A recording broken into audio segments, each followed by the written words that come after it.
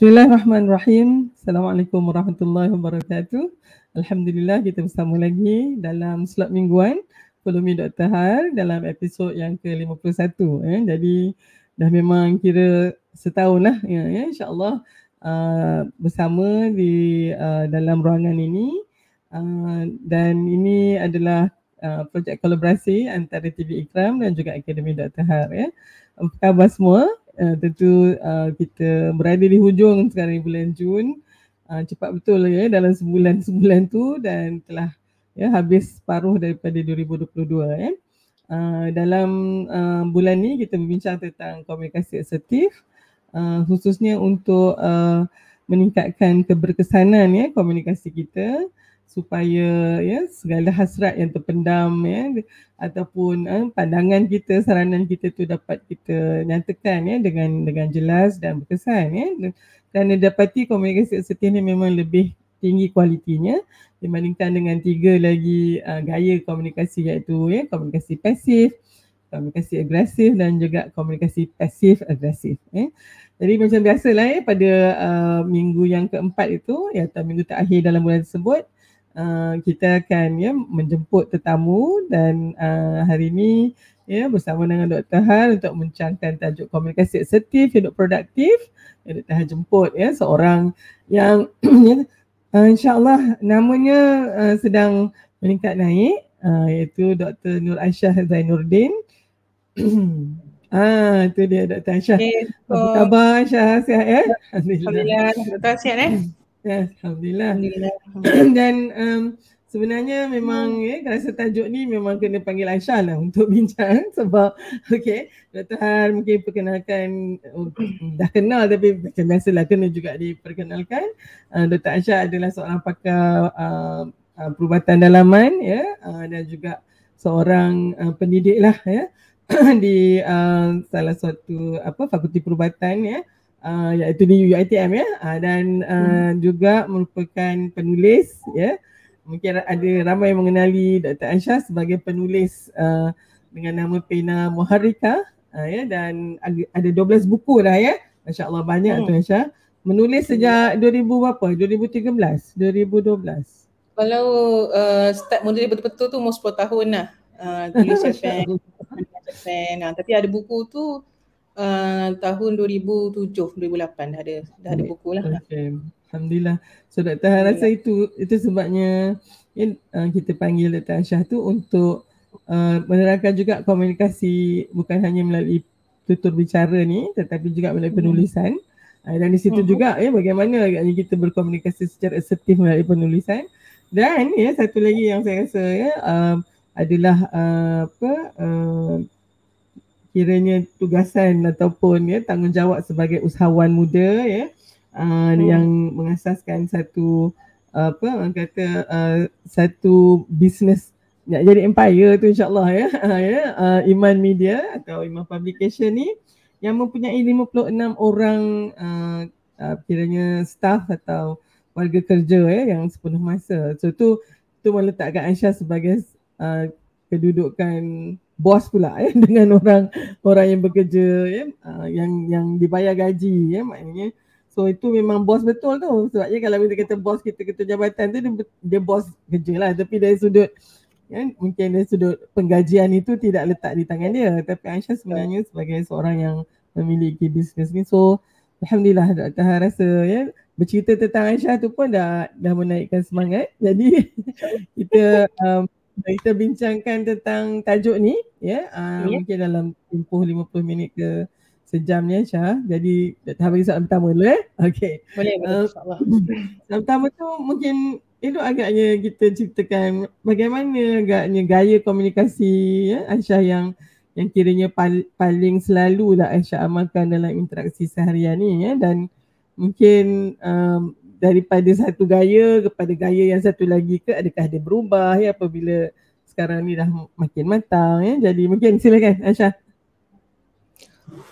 So of course kalau kita nak cakap pasal gaya komunikasi Dr. Har kan, kita perlu melihat beberapa perkara lah.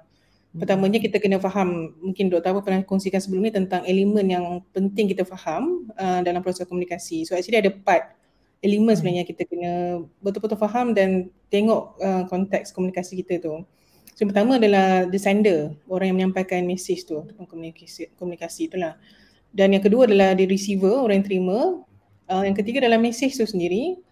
Dan kemudian ni yang keempat adalah response. Dan in between tu ada noise kan antaranya lah. Bila saya dah semakin berusia ni, dah of course Dr. Harper mungkin dah mengalami situasi dalam tempat kerja profesional dan akademia kan. Maknanya kita boleh cakap benda yang sama tapi difahami dalam konteks yang sangat berbeza oleh berbezanya orang. Lepas tu saya lihat dalam hal ni, saya ni suka tambah satu lagi elemen which is context. Konteks tu adalah keadaan, again lah maksudnya the receiver tu punya konteks actually. So, bila kita bercakap, sometimes kita rasa kita nak utamakan apa yang kita rasa dari pihak sender.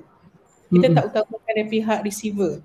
Betul. Lepas tu sebagai seorang communicator yang baik, dia kena memahami konteks receiver tu. Umur dia, pengalaman kerja dia, waktu kita bercakap dengan dia tu, dia dekat rumah ke, dekat tempat kerja ke, dia baru lepas gabut dengan siapa ke. Satu lagi dari sudut kefahaman komunikasi dia, the words yang kita gunakan. Layman words ke, apa tu orang kata bahasa teknikal ke, dan sebagainya. So benda tu yang saya rasa dan sepanjang saya berusia dan bekerja dengan pelbagai organisasi lah daripada usia muda sampai sekarang ni, because sebelum ni saya hanya mementingkan the sender, saya nak cakap apa. So saya macam cakap bila apa saya nak cakap kan. Tapi mungkin dalam interaksi ni sebenarnya memikirkan the sender, the receiver tu, dia punya tahap kefahaman dia. Prof mungkin pernah hadapi situasi, student dalam satu kelas yang sama, tetapi receiver tu berbeza, dia punya kefahaman, cara dia faham. So kita kena pelbagai cara, orang ni kita kena buat cara macam ni, orang ni kita kena macam ni. Ada orang kita cakap sikit boleh faham semua apa kita nak cakap, tak payah explain semua. Ada orang kita kena tunjuk satu. So I guess I think memang kena fluid. Sebagai seorang ketua, kita kena fluid dan agile dari sudut cara komunikasi sebab kita kena yang penting kita punya objektif kita nak orang faham, bukan objektif kita menyampaikan. Kan kita cakap, saya dah cakap dah benda tu. Tapi tak guna kita dah cakap benda tu kalau orang tak faham. Sebab yang penting bukanlah kita dah cakap, yang penting orang kena faham apa kita cakap. So benda ni lah yang saya belajar dan of course Alhamdulillah dengan pengalaman saya dalam menulis, saya tahu kalau setengah perkara tu saya tak boleh nak explain dalam bentuk bercakap. Bercakap ni kerana kita tak sempat berfikir kan. So kalau macam perkara yang penting, normally saya akan put in writing. So saya boleh edit, saya boleh take time dan I can make things as simple as possible supaya orang boleh nampak dengan jelas. Ada yang memang kita kena tunjuk gambar aja. Tunjuk gambar baru faham kan, atau video baru orang faham. Macam tu lah. So I akan menjawab soalan Prof. Dr. Har tadi, maksudnya saya memang tergantung kepada siapa receiver tu dan message yang saya nak bawa dari sudut kompleksitinya. Dan saya matchkan dengan apa yang sesuai dengan diri dia. Of course, kalau saya bercakap dalam kelompok yang lebih ramai, maknanya kepada pelajar secara umum ataupun kepada klik secara umum ataupun kepada kepada staff secara umum, saya kena gunakan bahasa yang as simple as possible yang semua orang boleh faham. Itu in general. Tapi itu pun Dr. Har memang ada orang yang tak faham juga. So kita kena sesi yang berbeza, terangkanlah balik kenapa perkara tu dibuat. Dan tentunya bila kita cakap apa sakit pun berbeza kan Dr. Har kan. Maknanya kalau kita cakap apa spesial sama, okey dia ni background apa kan. Dia ni faham konteks macam mana. So benda tu pun satu perkara yang jadi cabaran jugalah kiranya. So again macam saya tekankan semula, bila kita nak jadi seorang communicator yang baik, kita perlu kenal siapa receiver kita dan bercakap dalam bahasa yang difahami oleh dia. Okey. Terima kasih Dr. Aisyah. Jadi kalau tengok juga kan yang Rasulullah SAW juga, kalau kita lihat cara dakwah dia tu memang disesuaikan dengan siapa yang sedang di hadapannya tu ya. Jadi itu menunjukkan dan kita tahu bahawa Rasulullah SAW itu seorang communicator yang sangat baik ya. Jadi tentu sekali ilmu tadi itulah ya, melihat kepada siapa yang sedang di depan kita. Dan kita ni Aisyah dalam tugasan kita ni pelbagai orang yang dah lalu depan kita terutamanya doktor dan kadang-kadang kita pesakit yang pertama tadi kita cakap macam ni dah faham. Pesakit yang kedua ni kita cakap macam tu dia faham lain pula. Dan kita kadang-kadang pada pandangan doktor tadi yang rasa marah dia kita tak marah pun. Macam itulah kan. Kita cakap benda yang sama tapi orang kata kita marah, orang kata macam okey betul lah. Tapi doktor masih nak tanya juga lagi soalan yang pertama tadi. Kalau katalah Aisyah ni kalau antara tiga gaya itulah kan agaknya, apa agaknya gaya yang paling paling selalu Aisyah gunakan dalam konteks komunikasi? Gaya yang asertif ke, yang pasif ke, yang mungkin agresif ke? Ya, kadang kita rasa macam okey, tapi orang bila kita start buka mulut orang dah macam takut tu, maknanya mungkin kita agak agresif, ataupun mungkin lebih macam pasif agresif di mana kita tidaklah menyatakan hasrat tetapi kita buat benda lain pula dengan tu. Mungkin agaknya Aisyah, mana satu? Itulah bila saya reflect balik pun, bila saya tengok balik kan, of course saya banyak dapat feedback daripada orang yang selalu berkomunikasi dengan saya. Ada yang macam terus beritahu, macamnya patient sendiri kan, ataupun klik saya, ataupun even bos saya, ataupun staff saya sendiri pun selalu bagi feedback lah. Sebab saya ni memang sangat fluid, maknanya memang saya sangat ikut konteks dan situasi. But most of the time saya akan, of course komunikasi yang terbaik tu yang biasanya orang sebutkan tu adalah asertif lah kan, maknanya kita be clear dengan apa yang kita nak tanpa memaksa dia, dan dari sudut kita influence dia untuk berbuat apa yang kita mahukan. So dalam sebagai calon doktor macam tu juga, maknanya kita clear dan kita ada good intention. But again, I think being assertive ni sebenarnya you have to be a good listener kan. Dan in order to be assertive pun, I really need to find the right words, the right moment, and by doing that memang kena listen more so that I can understand dan boleh ikut konteks dia, dan I can influence dia lah. Sebagai seorang leader, tugas utama kita lah influence people to take action kan. Kita bukan just inform ataupun transfer the information, but what we actually responsible to do is actually influence people to do things yang kita mahukan lah, berdasarkan apa konteks yang kita dalam situasi tersebut. So I guess the best communication way is assertive, maknanya with the good intention, memang kita buat ni untuk dia, kena lillahi ta'ala, dan memahami, mendengar luahan-luahan dia dan memahami concern dia, dan baru kita menggunakan situasi tersebut untuk influence dia untuk berbuat apa yang kita mahukan lah. Baik, so tu memang melalui cara kaedah komunikasi yang begitu, maknanya dia menang-menang ya, maknanya kita dapat menyampaikan apa yang kita nak sampaikan, tapi dalam masa yang sama juga kita ada ruang untuk mendengar dia punya respon tadi ya, apa dia punya, daripada respon itu baru kita tahu sebenarnya dia faham ke tak faham ya. Kalau misalnya kita terlalu agresif, mungkin dia tak faham tapi dia tak berani nak cakap balik kat kita sebab kita ni agresif. Atau kalau kita ni pasif sangat pun, mungkin dengar dia je yang cakap. Ada kan Aisyah patient kita yang juga agresif juga ya, dia je nak cakap kan, kita kata kejap puan, doktor diam dulu doktor, saya nak cakap dulu kan. Kita pun alamak macam dia ni payah pula ya, sebabnya dia di one sided lah. Jadi pada saya assertif tu dia bukan titik tengah antara betul-betul assertif dengan agresif, tapi dia satu titik atas lagi. It's a higher communication, quality dia, sebab masing-masing memberikan ruang kepada yang seorang lagi untuk menyuarakan pandangan dia, dan oleh sebab itu komunikasi asertif sebenarnya dia sangat mempengaruhi, kerana orang yang di depan kita ni sama ada dia pasif atau dia agresif, kita boleh bawa dia bersama untuk berkomunikasi secara asertif dengan kita juga. Dia rasa selamat untuk menyatakan ya apa yang dia selama ni nak katakan dan dia tak katakan, itu sebabnya jadi pasif atau pasif agresif.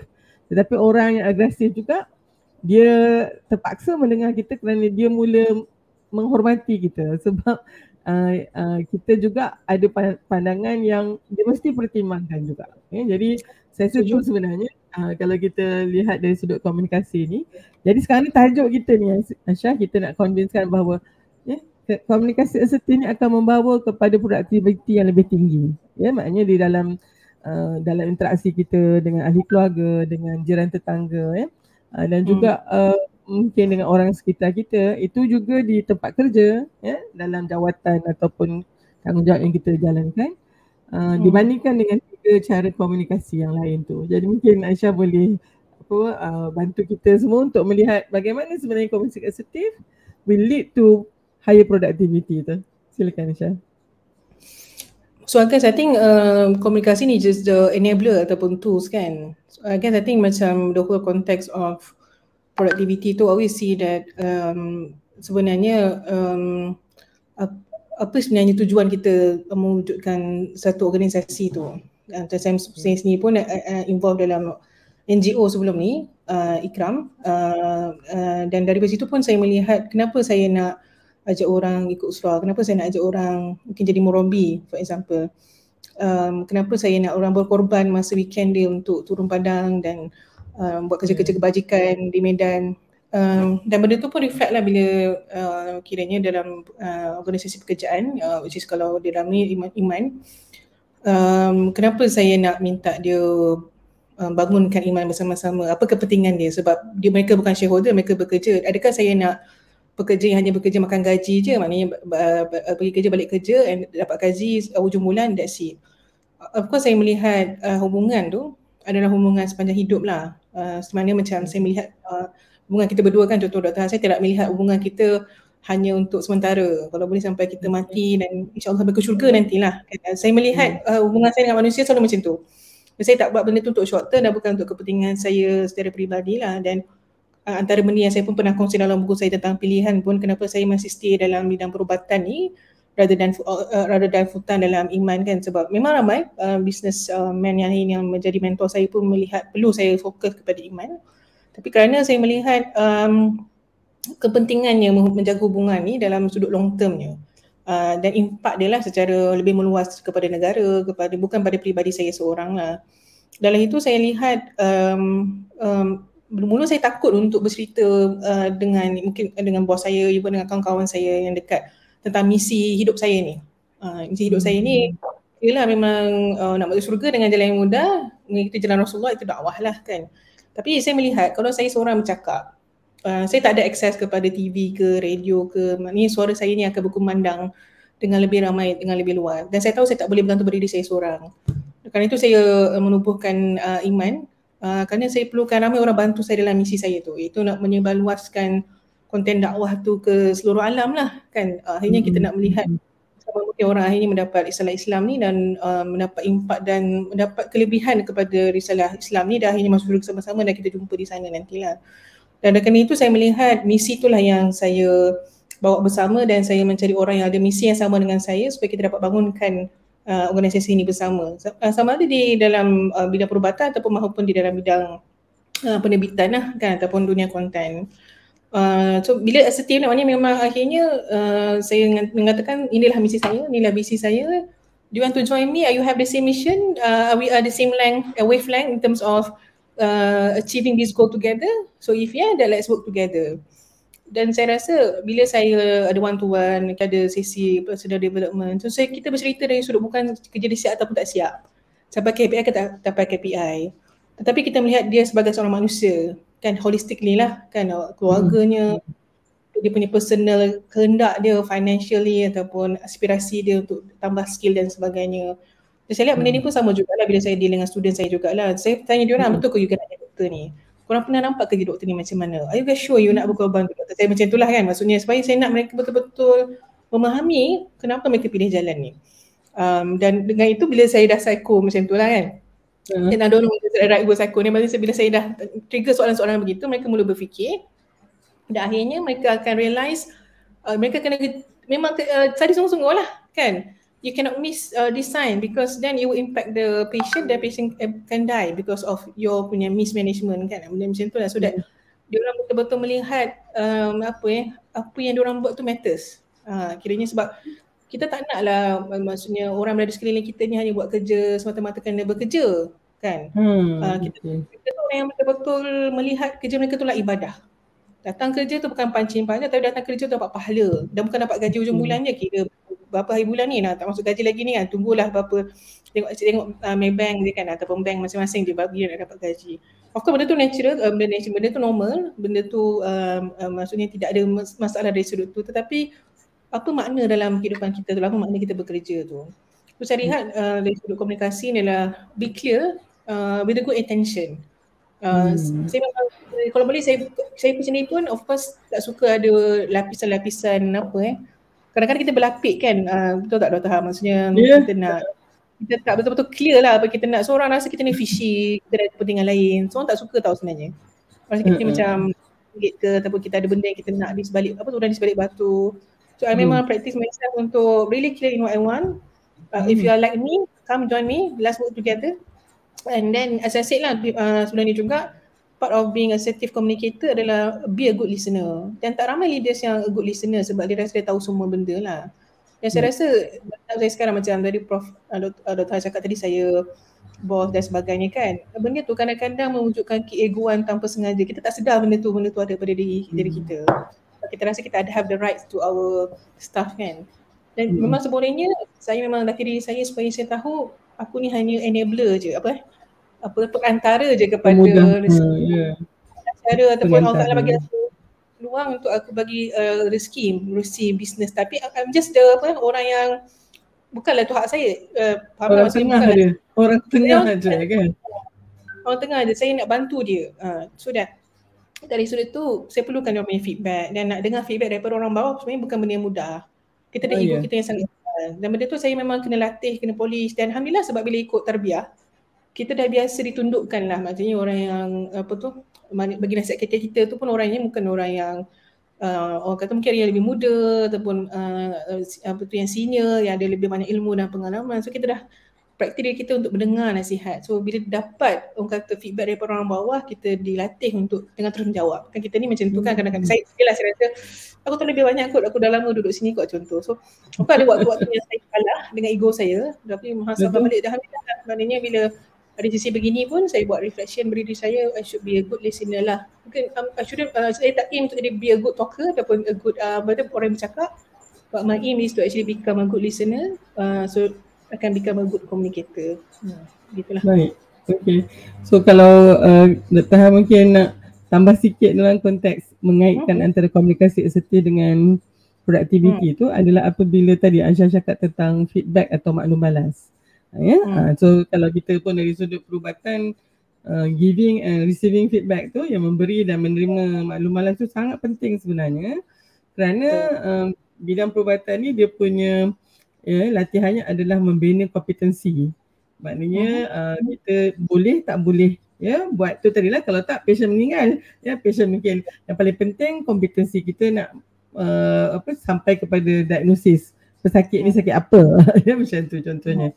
Jadi itu memerlukan banyak lapis penilaian dan pentaksiran, assessment. Dan sebenarnya kalaulah misalnya komunikasi asertif menjadi satu budaya yang sihat, maknanya komunikasi antara yang supervisor dan supervisee itu adalah komunikasi yang berkesan, maka tentu sekali semua akan dapat manfaatnya lah, khususnya yang sedang dididik dan dilatih ni. Malangnya hari ini kita dapati mungkin komunikasi yang dominan adalah komunikasi yang agresif. Itu bagi orang yang tadilah yang dah pangkat tinggi. Tapi bila untuk yang di bawah-bawah tu, we are expected to be passive in our communication. Dengar je lah. Dengar saja ataupun jangan banyak cakap, jangan banyak melawan ataupun menyuarakan pandangan begitu. Jadi apabila berlaku satu polariti yang sangat ketara, pasif agresif ni, yang pasif ni pun nanti bila dia jadi bos, dia jadi agresif pula. Pandai pula dia. Hari tu tak ada suara langsung. Tapi bila dia jadi bos, sebab itu yang kita kena nyatakan adanya budaya bullying di dalam tempat kerja kita, di mana jua. Sangat-sangat malang lah sebenarnya. Dan apabila seorang tu dah lama sangat dibuli dan tak boleh nak mengatakan, dia akan buat pasif agresif pula. Sekarang pula ada laman sosial yang mana sangat subur lah untuk menjadi tempat passive aggressive communication ni. Jadi kita benci dengan bos kita depan dia bos, tapi dekat dalam media sosial kita keluarkan macam-macam tentang dia. Jadi itu menjadikan bahawa hidup kita akan terlalu banyak dihabiskan masa untuk menangkis dan berhadapan dengan cara komunikasi yang begini ni. Dan tentu sekali kita sebenarnya memang kena melatih diri kita untuk komunikasi asertif ni supaya produktiviti semua orang dan akhirnya akan menghasilkan produktiviti untuk negara ni menjadi satu yang lebih tinggi nilainya. Maknanya cuba lah kata contoh, ada seorang tu dia nampak bos dia buat kesilapan ni dan itu adalah rasuah contohnya kan. Orang bawah sepatutnya dia menegur. Tapi macam mana nak tegur kalau kita tidak expected lah untuk buka mulut pun. Dan kita akhirnya merasakan bos kita tu atau orang di atasan itu yang datangnya terminologi macam orang kayangan. Macam tu kan. Sebab sebab adanya masalah ini. Jadi of course bila dah banyak sangat kerosakan tu, dah sukarlah kita nak ni. Dia kena bermula daripada awal. Dan kalau feedback kan Aisyah, kita kena tengok benda tu baru kita boleh berikan maklum malas. Kita tak boleh kata tak ada bagi maklum malas kat Aisyah, Dr. dengar kan, Aisyah ni kan, macam tu lah. Dia kena betul yang itu ni selalu saya dengar awak ni, saya dengar jadi oleh sebab tu bila kita lihat tu, kita dapati akhirnya apa yang kita harapkan dari komunikasi kita tak tercapai. Bos dia rasa dia dah tegur dah orang bawahan dia, tapi cara dia terlalu agresif.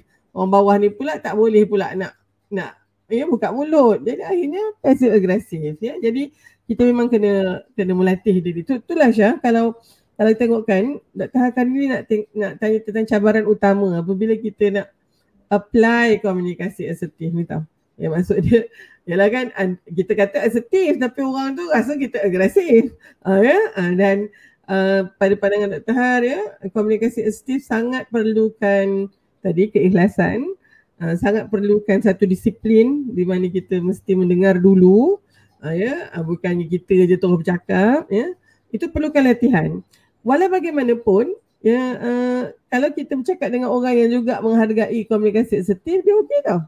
Tapi kalau misalnya kita dapat orang yang sama ada yang ekstrim tadi tu, agresif dengan pasif, dia akan melihatnya sebagai mungkin untuk si agresif dia masih melihatnya masih lagi di bawah orang kata telunjuk dia, sebab you are not as aggressive as me gitu. Untuk mereka yang pasif pula, kita baru nak asertif, dia dah nampak Dr. Aisyah marah saya, dia katakan sebab kita memberi teguran contohnya. Sebab walaupun kita taklah seagresif yang hanya mementingkan diri sendiri tu, tapi masih lagi kita tekankan tentang kesilapan dia ataupun kekurangan dia, kerana kita kena maklumkan tersebut kan. Of course dengan yang passive agresif, Dr. Har pada pandangan Dr. Har, yang dengan passive agresif ni lagi susah. Sebab passive agresif ni dia lose, dia don't respect themselves and they don't respect others juga kan. Jadi aku tak dapat, kau pun tak dapat, whatever. So pada pandangan Dr. Har lah, dealing dengan orang yang passive agresif sebenarnya lebih mencabar. So mungkin Aisyah nak kongsikan pengalaman ataupun mungkin what is your opinion ataupun pandangan Aisyah lah dalam konteks ni, cabaran berkomunikasi secara asertif ni. Silakan. So tadi cakap pasal pasif agresif Dr. Han, maksudnya cabaran untuk berhadapan dengan orang yang pasif agresif ke macam tu?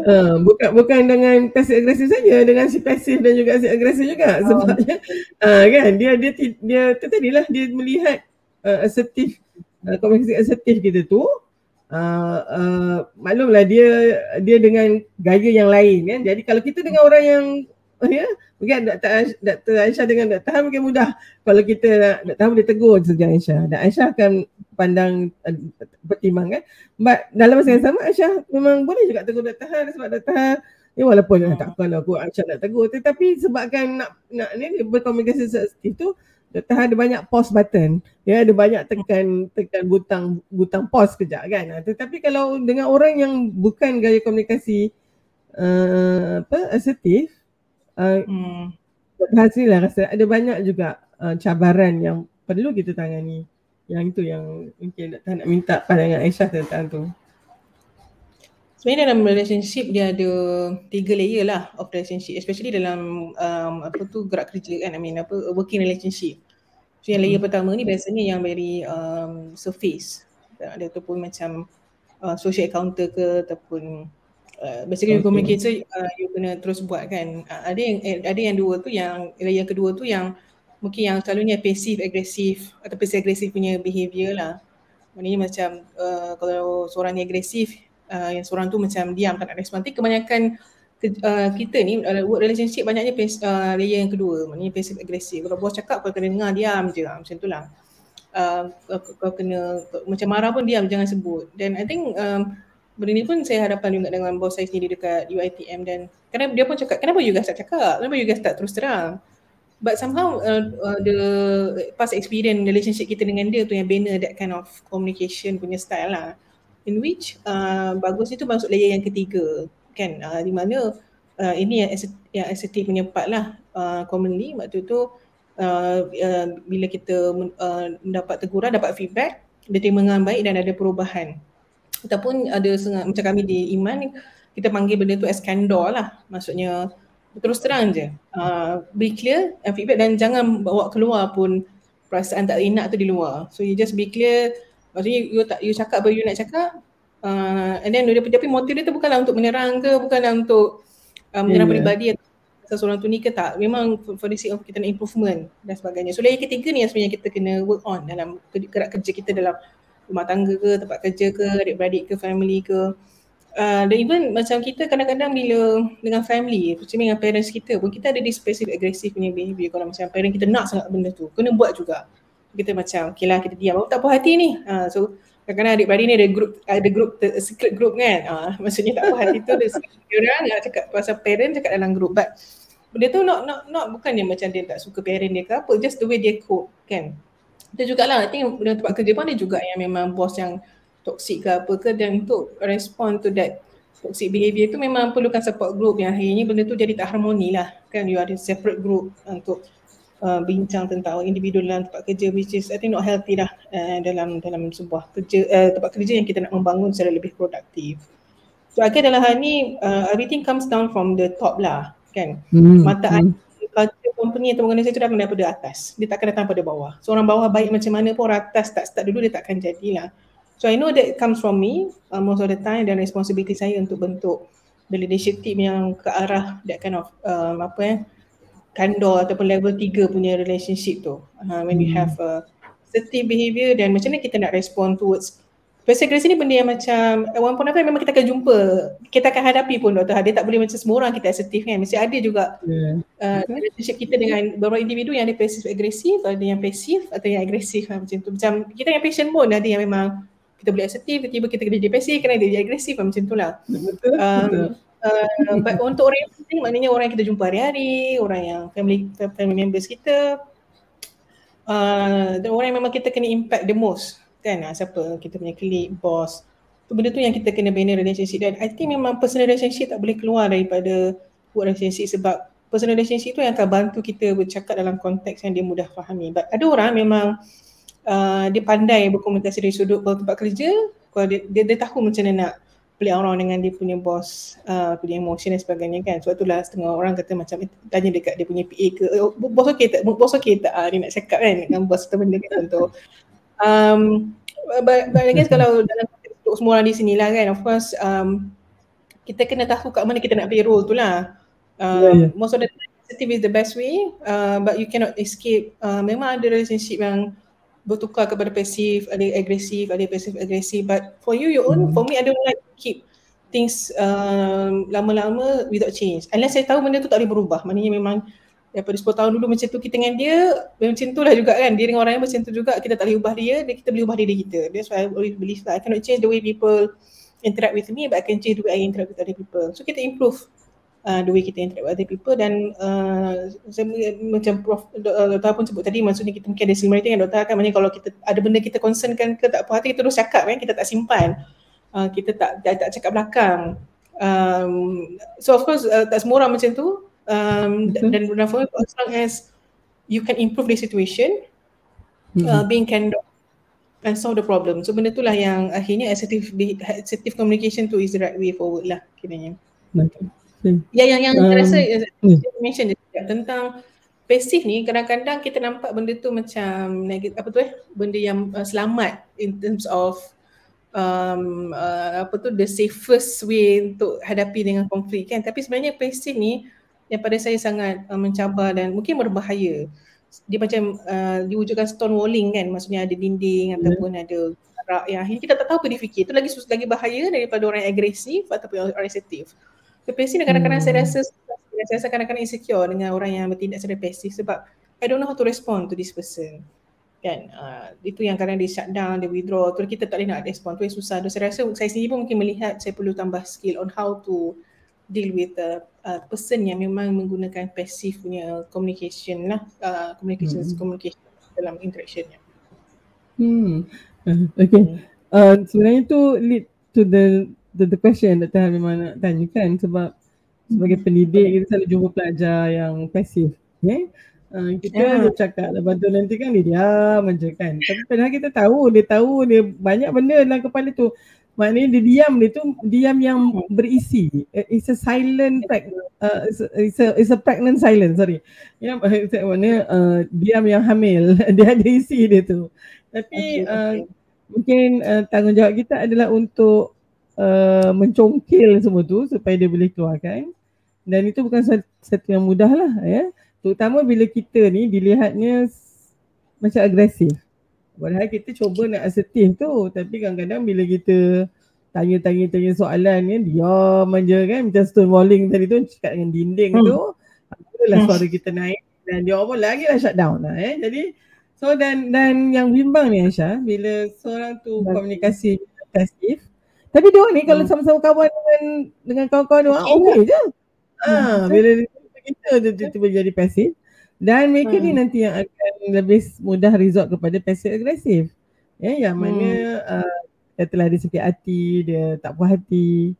Jadi dan hari ni macam saya cakap tadi di awal tadi, dia ada platform yang mana dia boleh vent kan, dia boleh luahkan dia punya rasa tak puas hati dia tu.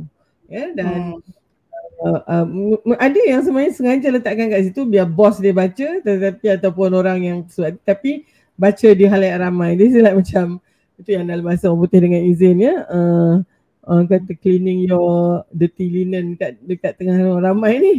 Maknanya kita benda tu yang macam Aisyah kata tadi, perlu mungkin perkara tu diselesaikan secara adik-beradik je lah, kan, di dalam organisasi kita sendiri. Tetapi bila itu tidak berlaku, maka senang sangatlah terkeluar. Dan mereka ni lah sebenarnya kadang-kadang kan Aisyah, dia lagi bahaya sebab mungkin lama dah disimpan tu. Jadinya dah jadi apa entah perkasam lah, jadi jeruk lah, jadi gunung berapi meletus saja.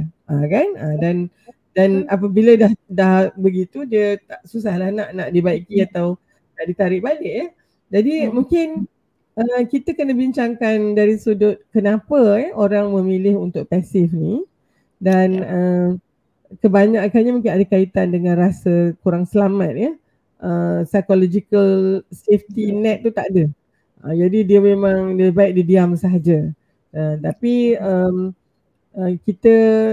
kita pun tahu bahawa orang yang mungkin merasa tak berani cakap dengan kita tu, dia sangat berhati-hati kerana dia tak mahu implikasinya ternyata menyusahkan dia selepas tu. Kan? Jadi dia akan terus-terusan. Jadi mungkin apa agaknya mungkin your take lah Aisyah, bila you have to deal dengan orang yang pasif ni tadi, yang memang tak tahu apa benda dalam kepala dia lah, dia setuju ke tak setuju ke, benci ke. Sila Aisyah. So as I said, as mentioned earlier lah, maksudnya saya pun struggle juga, saya still learning about it. And I think previously saya melihat adakah disebabkan oleh temperament ataupun karakteristik dia, peribadi dia yang introvert ke extrovert. Adakah extrovert lebih mudah asertif ataupun introvert ni lebih mudah pasif? Tapi tidak juga, sebab at the end is how you communicate yourself. So of course ada two different things lah altogether. Dan of course cara komunikasi ni sangat kata terkait ataupun dipengaruhi oleh cara kita dibesarkan, cara keluarga kita dibesarkan. So kalau pada kecil parent kita jenis yang memang garang dan kita tak dibenarkan bercakap atau beri pendapat, kita akan wujud cara pasif secara tidak sengaja yang kita tak perasan benda tu.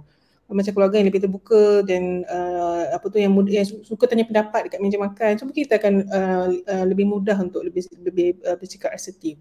Dan juga saya lihat kalau memang di tempat kerja, kalau memang dapat ketua ataupun bos yang memang semuanya kena ikut cakap bos lah, so kita pun akan wujudlah individu yang bersifat pasif. So dalam hal ni saya rasa memang mengetahui mereka tu adalah orang yang pasif, memang kita kena tahu kenapa mereka jadi begitu, faham konteks kenapa mereka begitu. Adakah disebabkan oleh kita juga as ketua? Mungkin sikap kita yang bos yang toksik tu, atau bos yang memang kena ikut cakap aku je kan, macam ataupun jadi bos yang kita kadang-kadang malah nak explain. Tahu sekarang saya ada penyakit tu juga Prof, penyakit kesilapan tu lah, yang macam kita pernah lah explain lah, macam ikut je lah kan, pasal pernah tak Prof? Saya rasa panjang explain.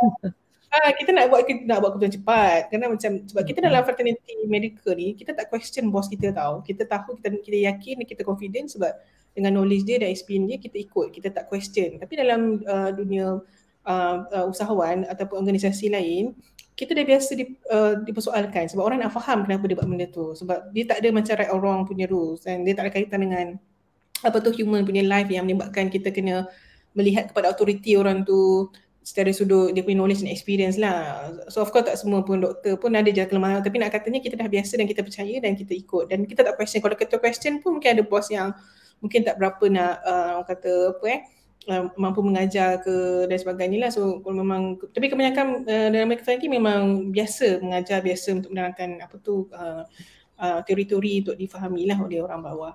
Tapi kebanyakan bos saya rasa memang kadang-kadang disebabkan oleh faktor masa dan faktor mungkin itu lah, maksudnya dia punya receiver tu mungkin orang yang maybe perlukan masa untuk dia memberikan keterangan kan, so mungkin dia pun skip the process tu lah dan akhirnya je lah orang yang macam yes man ni, ikutlah bos cakap apa, ikutlah bos cakap apa, sedangkan sepatutnya benda tu boleh ada feedback. Maknanya saya sendiri pun pernah lakukan kesalahan tersebut dan saya muhasabah dan akhirnya saya duduk dengan dia dan saya beritahu dia lah kenapa saya tak beritahu waktu tu disebabkan oleh ni dan sebenarnya saya nak bagi dia framework yang tertentu yang akhirnya akan datang dia boleh buat keputusan sendirilah kiranya. So, dalam hal ni saya rasa at the end kita sebagai ketua, kita yang kena realise benda tu comes from us lah dan kita yang kita tak boleh ubah orang lain, kita tak boleh ubah orang tu dia pasif ke dia, tak boleh. Kita yang boleh ubah the way kita communicate dengan dia kepada assertif supaya dia pun menjadi assertif juga.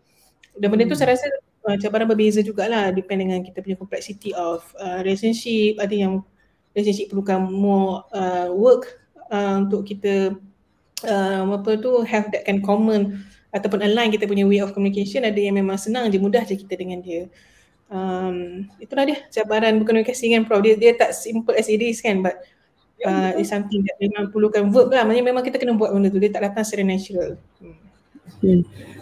Mungkin ada satu lagi situasi, kita daripada awal tadi kita memang dah establish pemimpin atau ketua dia kena start dengan komunikasi yang kualiti tinggi kalau dia nak mengharapkan situasi orang kata keadaan komunikasi yang baik dan berkesan untuk organisasi dia kan. Dan kita mungkin tak sengaja tak tahulah Syah, but kita memang selalu cakap bos tu atau orang tu dia agresif sikit atau kalau dia baik sikit dia assertif lah. Tetapi yang pasif dan pasif agresif tu orang bawahan. Tapi let's flip the table. Kita tahu ada juga ketua yang pasif. Dia tak cakap banyak ataupun kita pun tak tahu apa benda bos nak ni. Dan mungkin dia kadang cuba juga nak nyatakan tapi kita yang tak perasan atau tak faham gitu Jadi dan kalau kata ada bos yang passive agresif pula, ada lagi payah. Dia depan kita okey belakang dia buat benda lain pula. Itu yang sebenarnya tentang passive agresif dan atau passive ni. Jadi Aisyah pernahkah agaknya mempunyai ketua ataupun atasan yang cara komunikasi dia adalah pasif? Maknanya dia akan benarkan, biarkan aja kita dominate the discussion ataupun yang nyatakan dan kita tanyakan kat dia macam mana pandangannya, saya ikut aja dia kata. So bila jadi bos, ni payah juga tau. Dan the next thing you know sebenarnya bos itu passive aggressive rupanya. Jadi mungkin Aisyah ada kalau tak might not have satu pengalaman betul-betul lah, but agaknya if that happens, apa agaknya yang patut kita sebagai orang bawahan ni buat? Dan mungkin dalam konteks ni, will komunikasi assertive do any good in this case? Atau macam mana Syah? Itulah maksudnya kita sebenarnya kena belajar bukan sekadar komunikasi dengan orang bawah tapi kena komunikasi orang atas kan. Maksudnya pandai nak manage bos macam mana lah. Apa tu ada satu buku ni yang ditulis oleh penulis, saya tak ingat, dia tulis buku Surrounded by Idiots. So dia tulis satu buku tentang Surrounded by Bad Bosses. Kat situ dia ajar macam mana nak kenal bos yang merah, yang apa tu yellow, yang hijau, yang biru kan. Apa benda tu memang perlukan art lah, more than anything else lah. Dan kita kena memahami mungkin konteks bos tu dia melihat dia nak kedepankan anak buah dia. Dia nak melahirkan lagi leader-leader dan dia allow orang bawah dia yang macam corakkan, tapi memang dia have no clue on what's happening on the ground. So dia allow lah orang yang memang tahu what's happening on the ground untuk dominate the discussion. So whatever this kena tengok konteks tersebut, dan kita sebagai orang bawah tu kita kena tahu how to manage our boss punya expectation lah. And dari expectation, we have to be clear apa yang expected from us, dan boss pun kena clear apa yang kita boleh deliver. So benda tu kadang-kadang memang tak di-communicate dengan baik, kadang boss assume je, tapi ingat ke tak boleh. So memang betul kena clear pada awal. Dan kalau kita tak clear, kita kena jumpa bos kita dan make it clear. Dan I think kalau kita dalam organisation yang sihat, a lot of bos sebenarnya suka je anak buah datang kat dia. Biasanya kalau saya nak jumpa bos saya, I was really happy. Look at time dan discuss dan really listen and focus. Sebab kadang kita je assume yang dia sibuk, assume yang kita tak nak dengar. Sedangkan kita, a good boss memang akan suka sebenarnya nak orang bawah dia jumpa dan discuss. Sometimes dia pun perlukan feedback daripada orang bawah sebab dia nampak lain. Biasalah kalau kita nak kan kita nampak pandangan beza dengan banding orang bawah kan. So just take it that way lah. So bawah ni kan dia nampak luas sangat kan, dia nampak the whole mungkin apa tu bentuk muka bumi tu kan, ada masalah ke apa, tapi orang kat bawah ni nampak mungkin rumput-rumput tu kan. So kita lah mungkin nampak rumput-rumput, kita nak tengok benda yang besar ni macam tu lah. So guys, I think again kita tak boleh ubah orang lain, kita boleh ubah diri kita, tak boleh ubah bos kita pun cara dia communicate. Kita boleh ubah cara kita communicate dengan dia. Itulah. I think macam ada juga dalam organisasi keagamaan kan, maksudnya yang sometimes mungkin ustaz-ustaz ataupun ustazah tu tak boleh nak argue kan dia punya apa orang kata pandangan dia dan sebagainya. Dia juga suara kan itu agresif. I don't know. Dan orang yang mendengar ni jadi pasif ke sebab tak boleh. But I guess it depends on individu juga. Depends on apa tu environment. So kalau macam kita mungkin lebih terbuka lah kan medical, kita banyak new knowledge every day, ada new information about medical. Banding dengan mungkin mereka yang memang pada mereka kena pegang hold on certain principle and also certain dipanggil framework kan, menyebabkan kalau orang question rasa threaten. So kebanyakan bawah satu ketua yang agresif ni, dia rasa pertanyaan orang bawah dia tu macam threaten kedudukan dia. So, orang muda tu macam soalkan aku dah lama kat sini kan, contoh. Sedangkan kita tak nak kedudukan dia, kita tak nak pun kedudukan dia, kita just nak faham. So, kadang-kadang cara komunikasi tu dia terima berbeza. So pertanyaan tu dianggap sebagai ancaman, sedangkan pertanyaan tu dianggap sebagai faham. Dia sebenarnya nak buat kerja ni, nak faham. Tapi di sini rasa macam kau buat je lah, dulu aku buat je, tak ada pula nak tanya-tanya orang atas aku. Tapi memang anak muda dia suka nak faham semua dia buat. Dia tak boleh macam tak submit dia tak boleh dah. Pada Fahim bagus sebab benda tu sebenarnya create more healthy punya conversation, healthy punya relationship. Bila kita sit down, duduk, bincang sebenarnya okey je, harmoni je.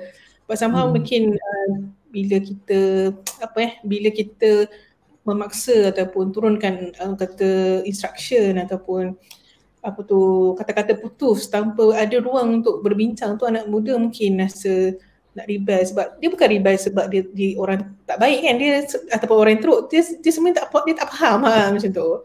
So macam dalam buku Bad Bosses tu dia terangkan pasal benda tu lah. Maknanya sometimes dalam mungkin NGO yang keagamaan ni ataupun apa-apa keagamaan ni, tak kisahlah mana-mana pun, dia lebih bersifat preacher atau persecutor. Maknanya dia nak juga orang ikut cara dia, nak juga ikut cakap dia. Sedangkan sebenarnya untuk melahirkan komunikasi yang sihat ni memang kena ada two ways tu, perbincangan. Doesn't mean that mana-mana betul, ataupun kalau memang betul agama tu kena ikut betul, tapi cara kita nak sampaikan message tu lah yang perlukan masa. But again, I think tak ramai orang suka spend masa dengan komunikasi ni, betul tak Prof? Maksudnya duduk. Betul lah, pelik itu kita ada kesendengan atau bias kognitif yang mengatakan bahawa cara kita berkomunikasi tu yang terbaik sekali. So orang kena terima begitu, dan khususnya bila kita tidak mempunyai kesedaran yang macam apa yang kita tengah bincangkan ni, bahawa kita perlu mempertingkatkan komunikasi kita kan ya. Kita ada sikit lagi masa yang nak tahan mungkin untuk tengok dalam konteks komunikasi ni dengan hormat kepada diri sendiri dan hormat kepada orang lain ya, respect tu ya. Orang yang pasif tu selalunya dia berkomunikasi secara pasif kerana hormat dia kepada orang tu melebihi daripada hormatnya pada diri dia sendiri. So dia merasakan bahawa orang lain lebih berhak ya, hak dia tu tak apa boleh dikesampingkan. So sebab tu kita akan dapati dia always dulukan ya, dan antaranya tu kerana dia merasa dirinya tak penting, dirinya tu siapa sajalah dia kan. Jadi so mindset itu sebenarnya yang menyebabkan seorang tu mungkin lebih banyak berkomunikasi secara pasif. Dan ditambah pula dengan konteks feudalistiknya, ya. Anak tak boleh cakap melawan ketua tua, tak boleh ni. Jadi dan mungkin tadi disiplin ilmu, ada disiplin ilmu yang sememangnya tu, ya, guru cakap apa kita kena ikut. Ya, dan lain dengan kita dalam konteks sains ke, ya, ataupun bidang lain, kita question habis-habis dulu dan cikgu kita kena jawab soalan itu sebelum kita betul-betul boleh menerima, ya, ilmu tersebut. Jadi yang itu tu, ya. Yang agresif pula, dia ada ekstrem terbalik. Dia rasa pandangan dia yang paling betul, hak dia yang paling perlu diberikan keutamaan, hak orang lain atau pandangan orang lain, hormat dia kepada orang lain tu memang tak ada lah. Jadi mereka saja je yang betul. Jadi dalam konteks komunikasi, bila adanya orang yang pasif ni, akan ada lah yang agresif ni. Dan inilah hubungan bully ataupun ni opresif tu. Dan penjelasan berlaku apabila ada 2 P, ada power and privileges. So siapa bagi privileges ni? Orang bawah ni lah yang bagi.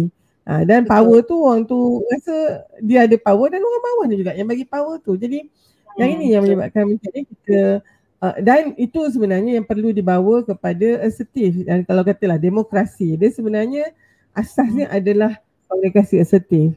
Ya, maknanya rakyat pun ada suara, ya. Maka kita dekat situ dia adalah yang tadi lose win, lepas tu win lose, kemudian win win. So komunikasi ni yang asertif ini yang kita katakan dianya adalah apabila tak kira lah siapa kita, ya, orang atas ke orang bawah, tapi kita sentiasa memberi peluang untuk orang yang satu lagi pihak itu menyuarakan pandangan dia, kita hormati dia punya pandangan dan hak dia, tapi kita juga akan pertahankan hak kita kerana kita punya respect terhadap diri kita sendiri juga tinggi. Ya. Tapi kalau yang masalah ni apabila kita jadi passive aggressive, di mana ni lose-lose. Maknanya kita sendiri pun, ya, ialah marah tapi kita tak dapat nyatakan. Dan akhirnya cara untuk deal dengan tu adalah dengan cara kita lakukan sesuatu yang akan merugikan orang tu juga, tapi merugikan kita juga, ya. So untuk conclusion kan, apabila kita nak memperbaiki komunikasi kita ni kan, Aisyah, apakah agaknya, ya, saranan Aisyah dan nasihat terhadap Aisyah ada banyak menulis Dr. tahu, ya, tentang refleksi diri, muhasabah diri, dan akhirnya mengetahui potensi diri sendiri. Sebabnya orang yang pasif, dia kena tahu bahawa dia sangat berharga sebenarnya. Pandangan dia sangat penting untuk dia dapat berkomunikasi dengan asertif. Orang yang agresif, dia kena mengiktiraf bahawa orang lain sama pandai dengan dia. Dan oleh sebab itu orang lain juga ada, ya, patutnya diberi peluang untuk menyatakan pandangan mereka. So, ya, Syah, sebagai conclusion dan juga rumusannya, silakan. Itulah, saya pun banyak reflect lah dalam discussion kita ni, dan saya pun melihat dan orang kata tengok balik how do I communicate dengan orang-orang yang saya bercakap dengan lah setiap hari kan. Jadi is dalam komunikasi ni memang saya sebutkan lah ada 4 komponen tu, 4 elemen tu. Just not about the sender, it's also about the receiver tu. And we have to know that we cannot change the receiver, we can only change the sender, which is us.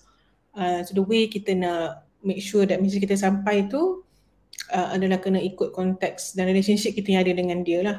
Dan for me memang kena fluid, maksudnya ada waktu memang kena agresif, ada waktu pasif, ada waktu pasif agresif, ada waktu dia assertive. But of course the best way is assertive, but you know in real life you cannot get that with everyone.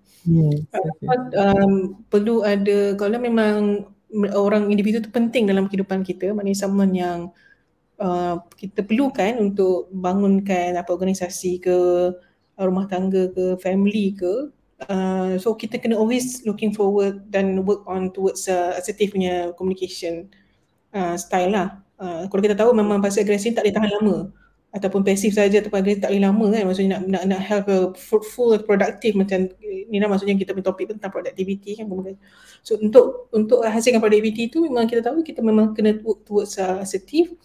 And macam ni kita nak kena communicate dengan the receiver tu juga, macam let's work together lah on how kita nak ada assertive punya communication, which is a win-win situation punya area lah.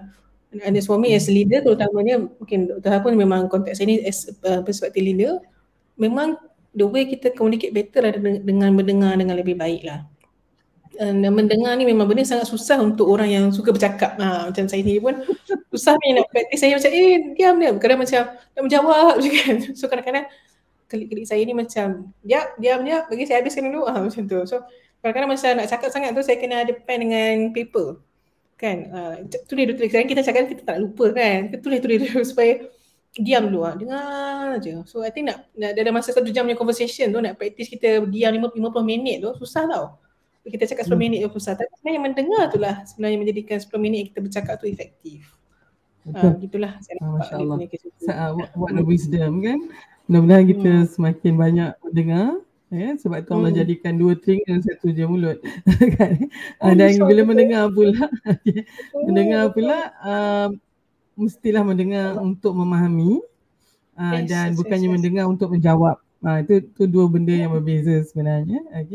Dr. Ha rasa kita pun macam Aisyah kata, itu sangat penting. Terima kasih Aisyah bila Aisyah kata bukan hanya ada kita, ada pula orang yang di sebelah sana untuk menerima komunikasi kita tu. Dan gantunglah kita nak ada hubungan yang berterusan, hubungan yang sama-sama membangun dan membina.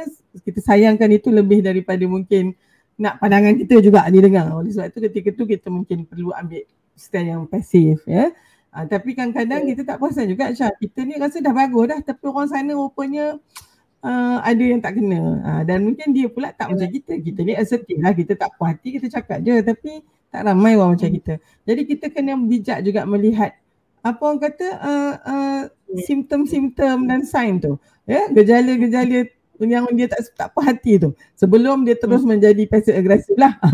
Maknanya mungkin nanti adalah juga dia boleh perli je kita contohlah ataupun mungkin kita tak expect pun tiba-tiba dia ungkit balik contohnya yang dulu contohnya.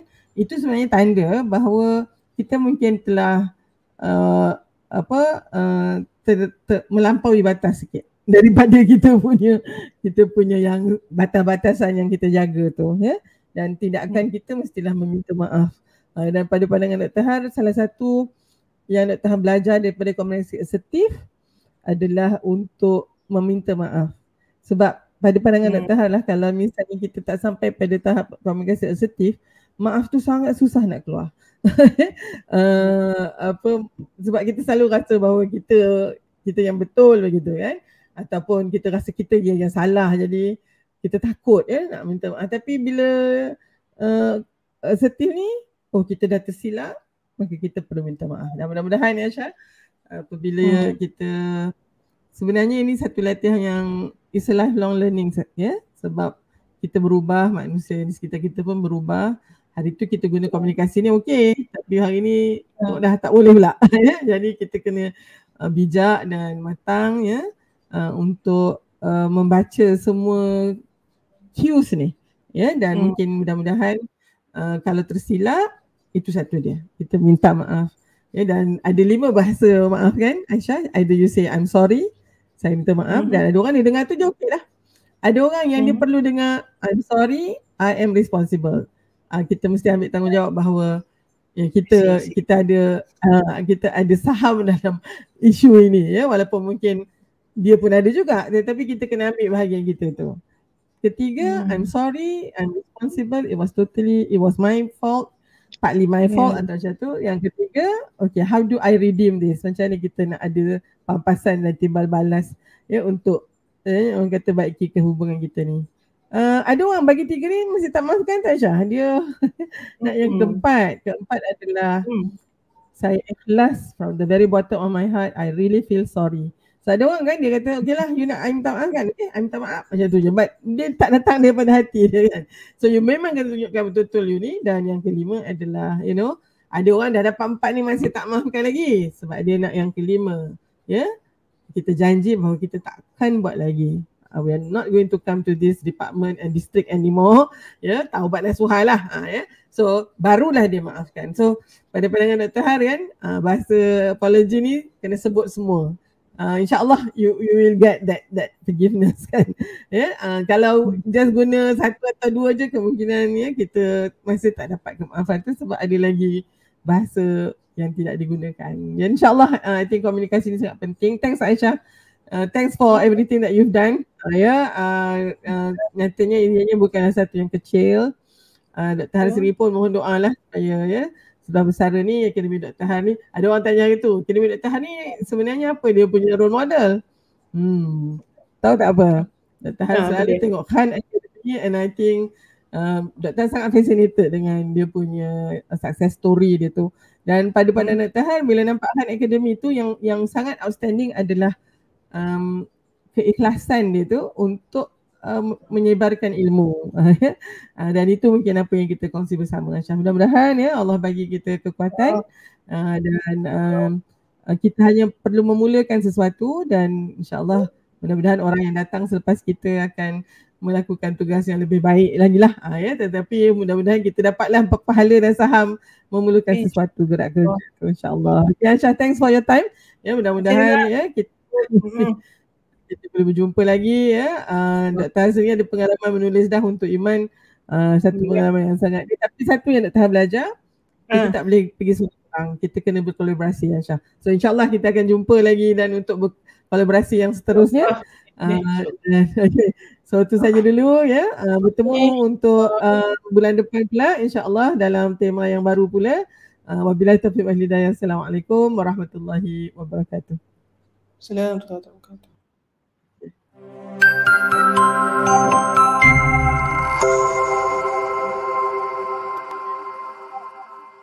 Bersama membina masyarakat Rahmah Tibika.